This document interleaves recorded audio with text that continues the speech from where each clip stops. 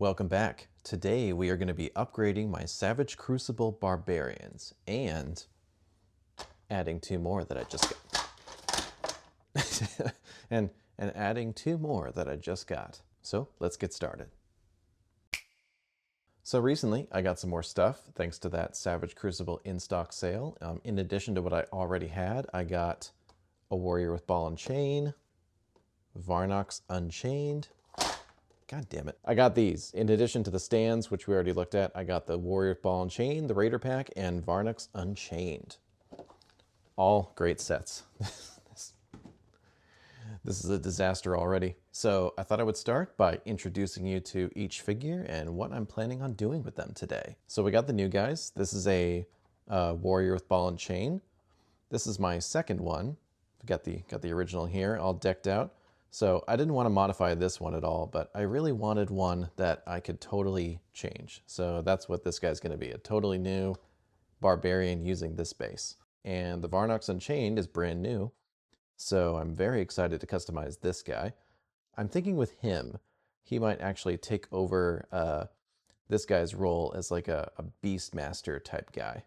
So I'm going to see how much I can deck him out in gear that fits that theme. Let's just get them out of the way. So yeah, we got this guy I just mentioned. He was like kind of my Beastmaster character before. I wasn't totally happy with him, so I think what I'm going to do is I really want to take advantage of this cool, gnarly head sculpt. Here, let's get a closer look at that. So I really do like this head sculpt a lot with the bloody eye patch, the staples and everything. And there is a helmet that goes on it.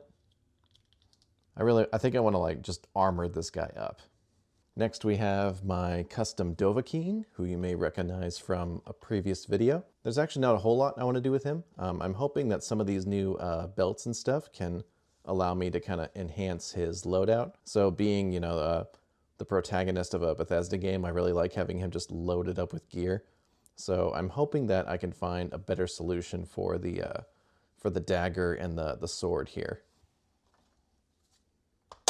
You guys cannot stand up today. So, God damn it. So, this guy here is just kind of a cool, like more, a little bit more sophisticated, I guess, like barbarian warlord. Look at this really cool sword from a Forge Knight cloth kit. Yeah, I'm actually not sure what I'll be changing about this guy, but I did get him out because he's another barbarian. He's compatible with all these parts. I'm just kind of hoping that there'll be something interesting I can do with him. So yeah, that's the plan. Those are the figures. I think I'm going to start with him because it should be the easiest. Probably. Actually, you know what? I think the only thing I might do is steal this belt from this guy because it's got a little loop on the back and a loop on the side. And I think that would be a much cleaner way for this guy's dagger and sword to be stored. It might just be that simple, but that means we are going to have to seriously heat these guys up so that I can pop their torsos apart. I actually really hope I don't have to pop his torso off because that tunic, or whatever you want to call it, is actually going under the belt piece, so that will be tricky. But anyway, let's put some big muscular men in a hot bath.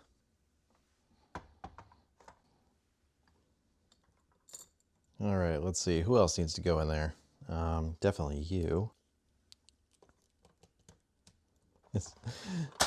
Damn it. So this never gets old, right? Like, this is what we got to do now as collectors. Hey, do any pillaging? Yeah, lots of pillaging. Yeah. All right, let's get you guys out of there. So this is a great way to really loosen up those super, super tight Savage Crucible joints. Look at that. Smooth as butter. So I want to get this loincloth off of him. Let's see if we got him hot enough to pop that off. Just get a good grip and leverage. There we go. Nice. Let's pull this off. And we got to decide what we want to put on these legs. So let's also get this guy's torso off. Mostly just to get the belt, but also let's, exercise those legs. Hello, my baby. Hello, my darling. Let's get this off. Well, we detached the wrong part, but that's fine. Should be able to get it off, I hope. Yep, there we go. Okay, let's free this belt. We will need that in a moment. So actually, I think I want to put this guy on here. Because I think we want our tatted up guy to be the kind of beast master. But, oh, actually, wait. You know what? I think I will leave these on here to keep this matched up. Or maybe I won't. Nice. Next, put these back on here. All right, it was easier to do all the, hot water popping and swapping and stuff off camera. So now we got our guys ready to go and I can kit them out. So what I learned during that whole thing is I didn't need to take a figure apart to take this belt off because we got a little tab here, which is great. So what we're gonna do for this guy here is I wanted him to have a better setup for his dagger and sword. I'm actually going to use a new dagger and sword that are from that Varnox set. So we got this dagger here. We can slide it into this little pouch back here. Looks cool. And we got this really nice, just standard good old sword. And that should slot in nicely to this side sheath here. And there we go. Let's get this onto... Those guys can just take a nap. Let's just get this belt on. And hopefully tabbing this in won't be too much of a pain.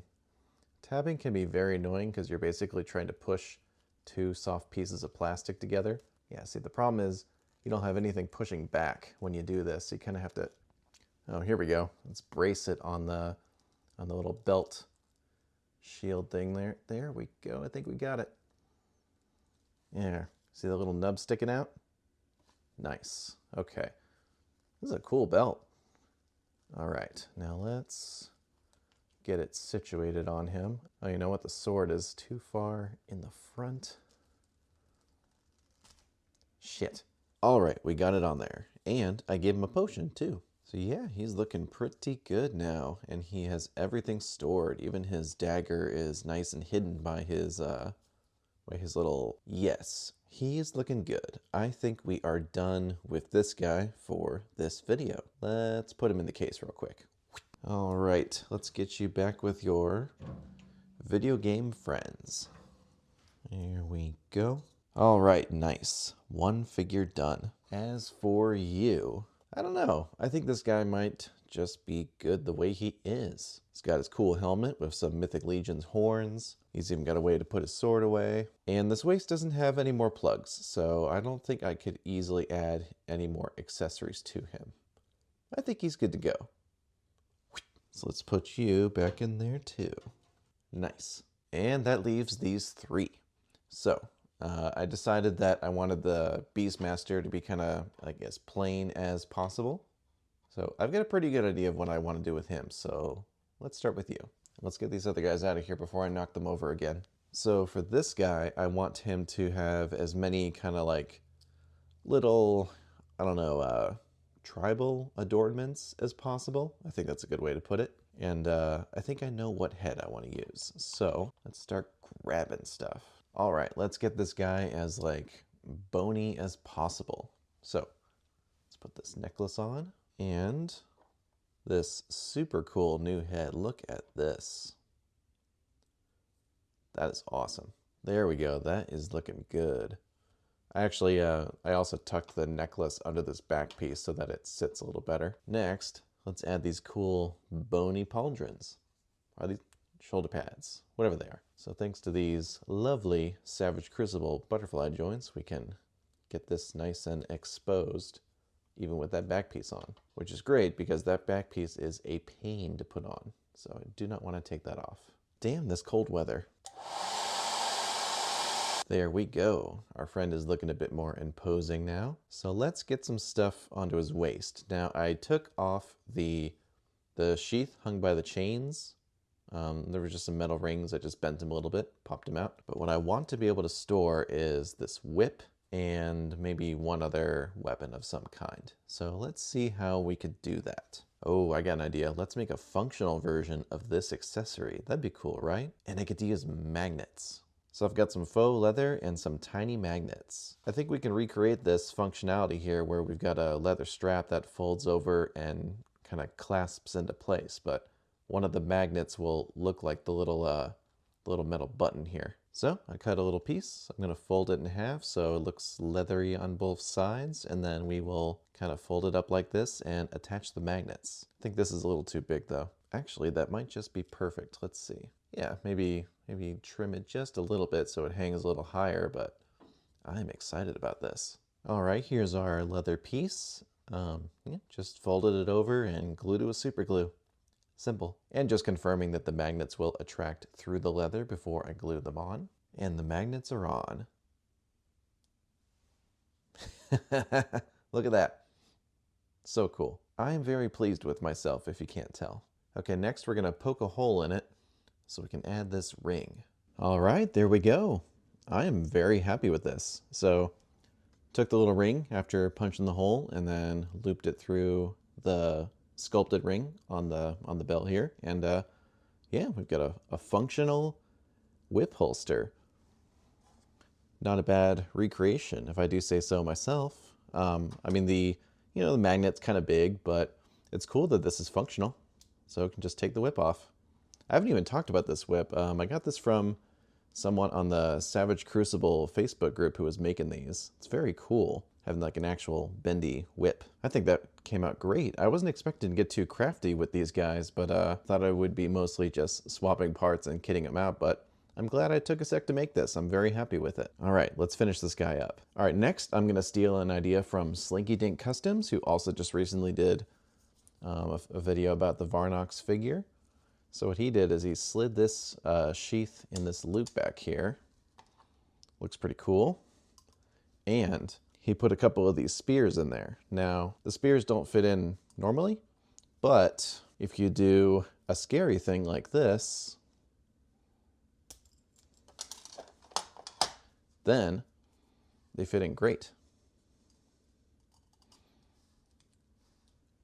Pretty cool, huh? Let's do another one. Can't hide from me, little accessory I'm about to ruin.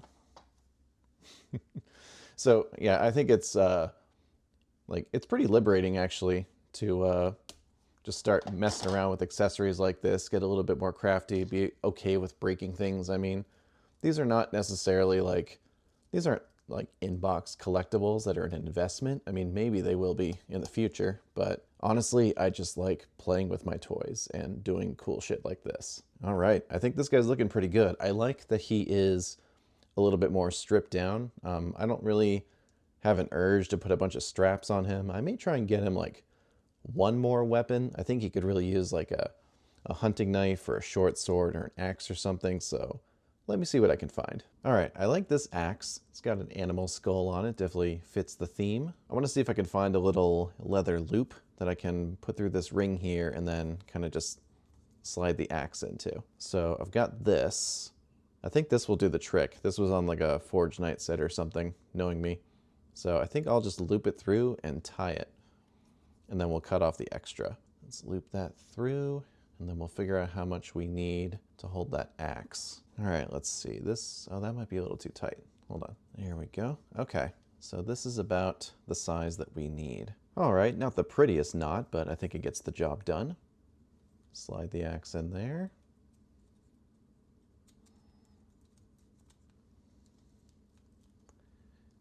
Nice. So just need to trim those off. Let's do about there and there. Cool, looking good. Actually, I think if here, let's pull this out. I didn't make that too tight, did I? No, that's about right. Okay, so I'll pull it out, and then what I'll do is I'll loop this around this way so that the knot is a bit more up against the waist.